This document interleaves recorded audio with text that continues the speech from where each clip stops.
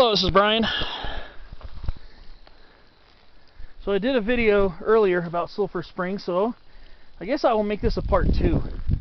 I guess I'll make a part 2 out of this. Yeah, I'm right here by Sulphur Spring itself. This is the actual spring right here. Awesome. So I've been walking down this way for quite a while, and just impeccably beautiful down here.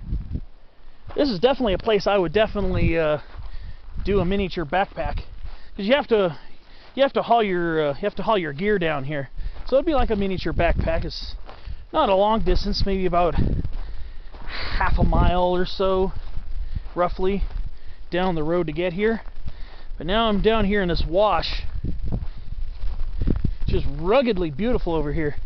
I know I've pointed out in other videos, the contrast between the lush conifers here, some tall Incense-Cedars, Jeffreyi, and Coulter Pines, and then on this side, it's just very open chaparral, and the beautiful contrast in the two meet up right here.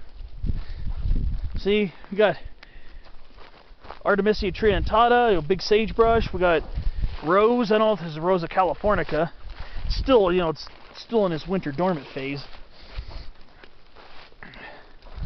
I'm just following this little spot here and just trying to see what kind of interesting things I can find over here. But we found this very rocky canyon. I'm pretty sure Sulphur Spring probably cuts through here. It's like a game trail over here. You can see some relatively stagnant water over here. Right now we're barely about 5,000 feet above sea level. So we've come down a couple hundred feet from the parking area. And there's a little bit of water in here, not much. Obviously during a wetter rainy season, I would see that there probably would be water flowing through here. But we've received probably less than a quarter, maybe a quarter to a third, maybe, of what we're supposed to receive. It's just been an incredibly dry winter this year, fortunately.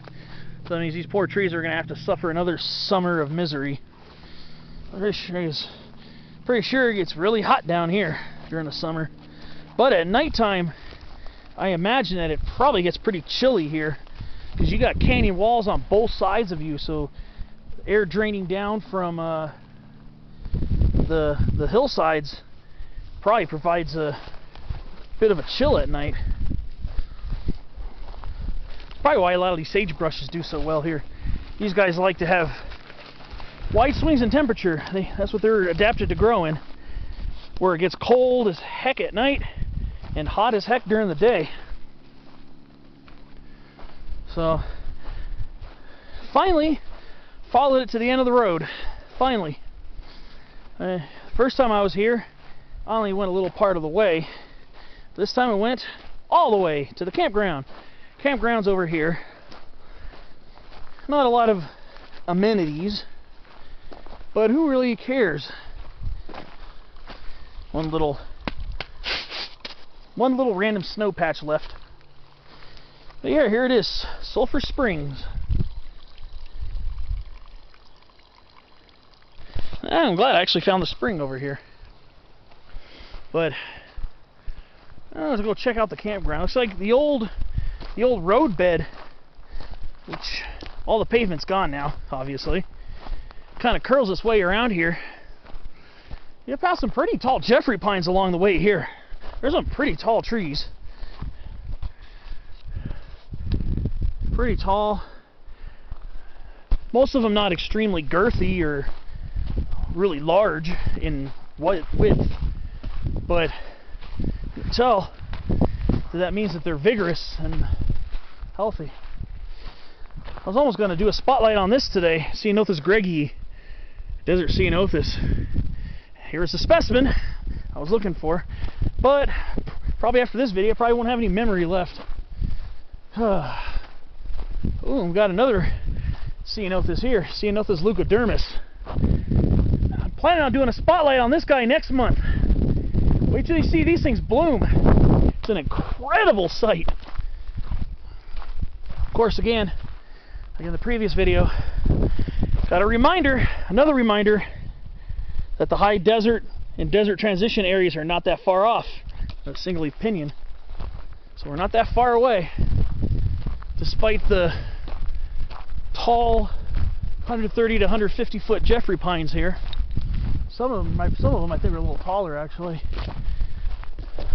Some of the ones further up, shortly before getting here, some of them are really tall. I mean, I've seen the tallest Jeffrey pines I've ever seen are in the Sierra Nevada. That goes without saying. That's like the epicenter of their existence. But not to say that even here in Southern California, I've seen some Jeffrey pines get quite impressively sized here too. Same with ponderosas. But this is the campground area. This is where you haul in your stuff. You got your picnic benches. Looks like you got your fire rings.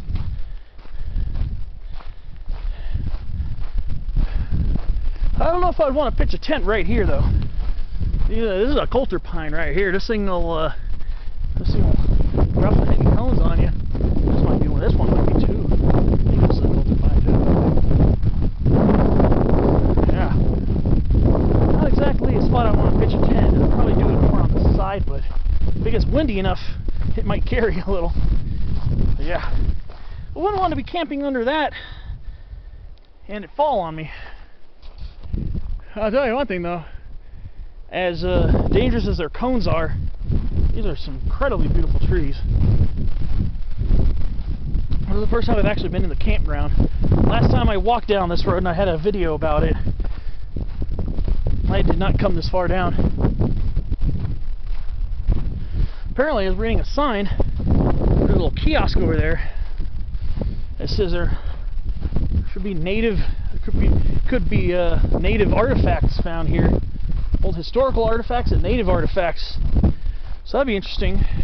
Maybe do a more comprehensive hike in the area and see what I can find. I mean, this area looks like it would be really fun to hike in. Really enjoying the walk here. It's a little use trail here, probably leads to the PCT. I can just follow the PCT back to my car, make a loop out of this. But yeah, it's incredible over here. Beautiful, beautiful, beautiful setting over here.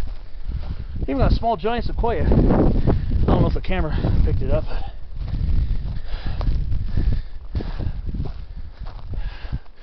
A lot of mostly Jeffrey and Coulter Pines, and of course Incense-Cedar. Yeah, I see a sign for the PCT.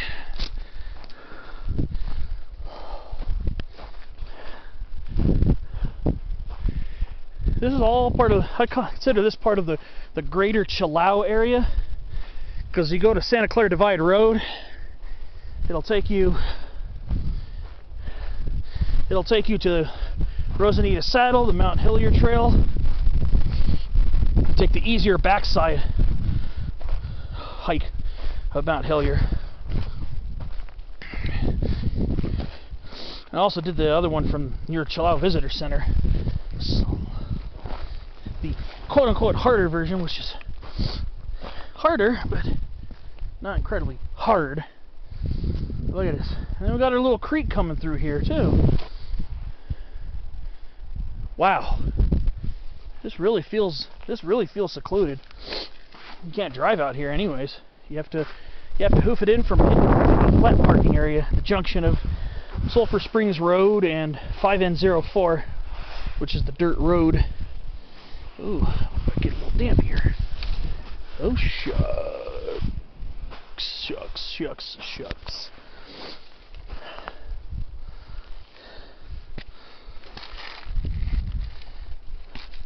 This is a beautiful little area.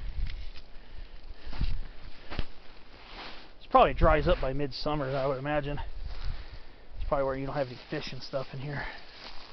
This could be a breeding pool. This could be a breeding creek for Baja or California tree frogs, maybe.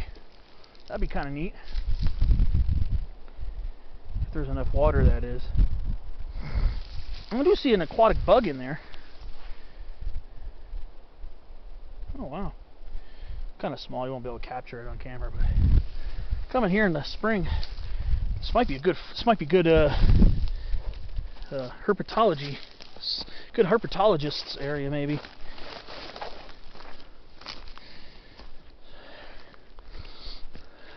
You can see this willow right here has been through some flooding. Here, looks like a water spigot over here too. Nothing's flowing. Maybe this might be part of the spring, but I'm not going to mess with it. Looks like a campsite over here. There's an interpretive plaque over here too, or something. Wonder what that says. To all horsemen from Area 9 of Equestrian Trails Inc. in cooperation with the U.S. Forest Service. A little dedication over here.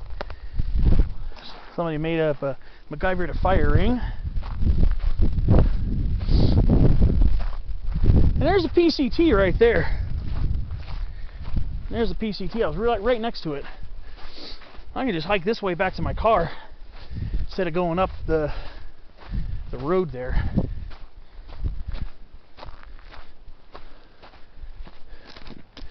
Oh wow! I'm actually meeting up with the Pleasant View Ridge Wilderness. I did not realize it came this far.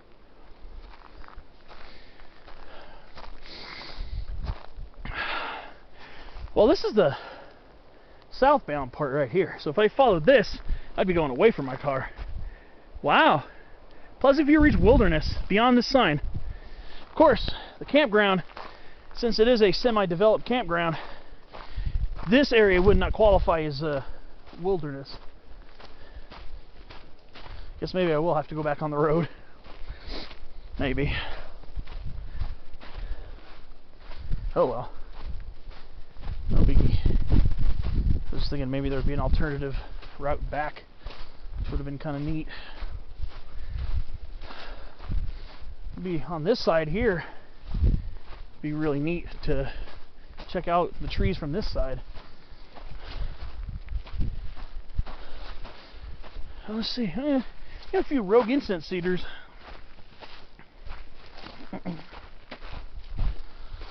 Tell you what, glad I took a walk over here. This is incredible over here. This is definitely a place I'd recommend to visit if you're into these adventures. Whether you want to climb a mountain or whatever, or just hang out and walk along a wash. You can't go wrong here either.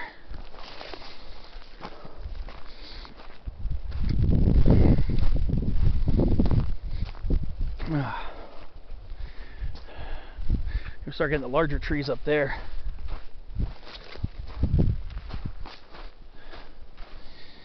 I have a feeling this is going to end up becoming a bushwhack at some point relatively soon. Yeah. Probably just going to go ahead and cross the wash and head back to the road, I guess, so I don't end up having to bushwhack like crazy.